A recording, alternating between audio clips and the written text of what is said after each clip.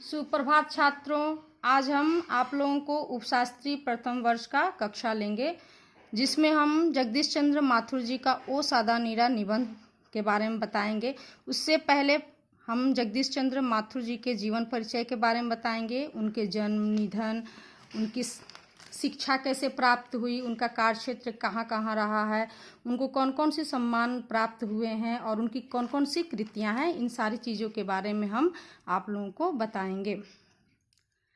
पहला है उनका टॉपिक जगदीश चंद्र माथुर का जीवन परिचय। जगदीश चंद्र माथुर एक प्रतिभाशाली लेखक, नाटककार, संस्कृति कर्मी एवं प्रशासक थे। उनका कार्यक्षेत्र बिहार था और वे साहित्य संस्कृति के संसार में बिहार की ही सी विशिष्ट प्रतिभा के रूप में जाने जाते थे।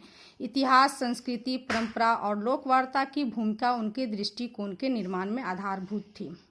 नाटक और उसके बहुविध शास्त्रीय एवं लोक रूप हमेशा उनके आकर्षण के केंद्र में रहे हैं। उनके नाट्य लेखन में रंगमंच की कल्पनाशील सक्रिय चेतना समाहित थी। इसका प्रमाण उनकी छोटी बड़ी तमाम नाट्य कृतियां हैं, जो मंचन और अभिनेता की दृष्टि से सफल मानी जाती है। माथुर जी ने ही AIR का नामकरण आकाशवाणी किया था। उनका जन्म, जगदीश चंद्र माथुर जी का जन्म शाहजहांपुर, उत्तर प्रदेश में 16 जुलाई 1917 को हुआ था और उनका निधन 14 मई 1978 ईस्वी को हुआ था। उनकी शिक्षा कहाँ कहाँ से प्राप्त हुई है, इसको देखेंगे। जगदीश चंद्र माथुर की प्रारंभिक शिक्षा खुर्जा में हुई। इन्होंने अंग्रेजी में MA इलाहाबाद विश्वविद्यालय से 1939 ईस्वी में किया। प्रयाग विश्वविद्यालय का शैक्षणिक वातावरण और प्रयाग के साहित्यिक संस्कार रचनाकार के व्यक्तित्व के निर्माण में महत्वपूर्ण है। 1941 ईस्वी में IACS परीक्षा उत्तीर्ण हुए और प्रशिक्षण के लिए अमेरिका गए और उसके बाद बिहार में शिक्षा सचिव भी हुए। यहाँ ICS का अर्थ ये हुआ इंडियन सिविल सर्विस में वे चुने गए। उनका कार्यक्षेत्र कहाँ कहाँ रहा वो देखेंगे। सन 1944 में बिहार के सुप्रसिद्ध सांस्कृतिक उत्सव वैशाली महोत्सव का बीजारोपण उन्होंने ही किया। ऑल इंडिया रेडियो में महानिदेशक भी रहे हैं। फिर सूचना और प्रसारण मंत्रालय में हिंदी सलाहकार के पद पर भी कार्य किया। हार्वर्ड विश्वविद्यालय के विजिटिंग फेलो रहने के अतिरिक्त अन्य अनेक महत्वपूर्ण कार्यों से वे जुड़े रहे। उन्हें कौन कौन सी सम्मान उन्हें प्राप्त हुआ है? पहला है विद्या वारिधि की उपाधि से विभूषित किए गए, दूसरा कालिदास अवार्ड और तीसरा राजभाषा पुरस्कार से सम्मानित किए गए। माथुर जी की निम्नलिखित कृतियां हैं। पहला है 1936 में प्रथम एकांकी मेरी बांसुरी का मंचन वो सरस्वती पत्रिका में प्रकाशन हुआ। दूसरा है 5 एकांकी नाटकों का संग्रह जिसका नाम है भोर का तारा, 1946 में प्रकाशित हुआ।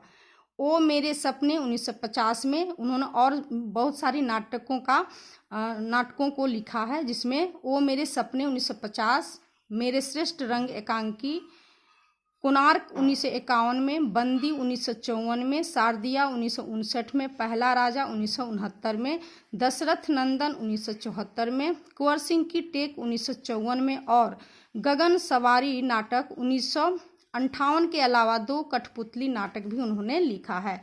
उन्होंने रेखा चित्र और संस्मरण 2 लिखे हैं, जिसमें पहला है 10 तस्वीरें 1962 में और दूसरा जिन्होंने जीना जाना 1972 ईस्वी में, और एक उनकी समीक्षात्मक रचना है परंपराशील नाट्य 1960 ईस्वी। बहुजन संप्रेषण के माध्यम जनसंचार पर विशिष्ट पुस्तक और बोलते क्षण निबंध संग्रह भी है। उनके कुछ उपन्यास के नाम इस प्रकार हैं: यादों का पहाड़, आधा पुल, मुट्ठी भर कांकर, कभी न छोड़े खेत, धरती धन्ना अपना, जिसमें धरती धन्ना अपना नेट के सिलेबस में भी इसे लाया गया है।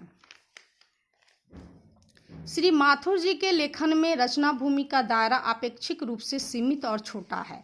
उसमें प्रत्यक्ष पर्यवेक्षण और अनुभव की शायद न्यूनता भी है, जिसे वे अध्ययन, कल्पना आदि के द्वारा पूरा करते हैं, किंतु साहित्य में संकीर्णता कहीं नहीं आती। माथुर जी लिखना प्रायः चौथे दशक में शुरू किया, किंतु उन्होंने एक मनस्वी लेखक के रूप में अपनी पहचान नेहरू युग में बनाई। उनके लेखन के बहुलांश पर नेहरू युग की कल्पनाशीलता, नव निर्माण तथा आधुनिक वैज्ञानिक परिदृष्टि की छाप भी है। माथुर जी ने कुछ ललित व्यक्तिक व्यंजक या रम्य निबंध भी लिखे हैं। ये निबंध व्यक्ति, भाव और वस्तु प्रधान है।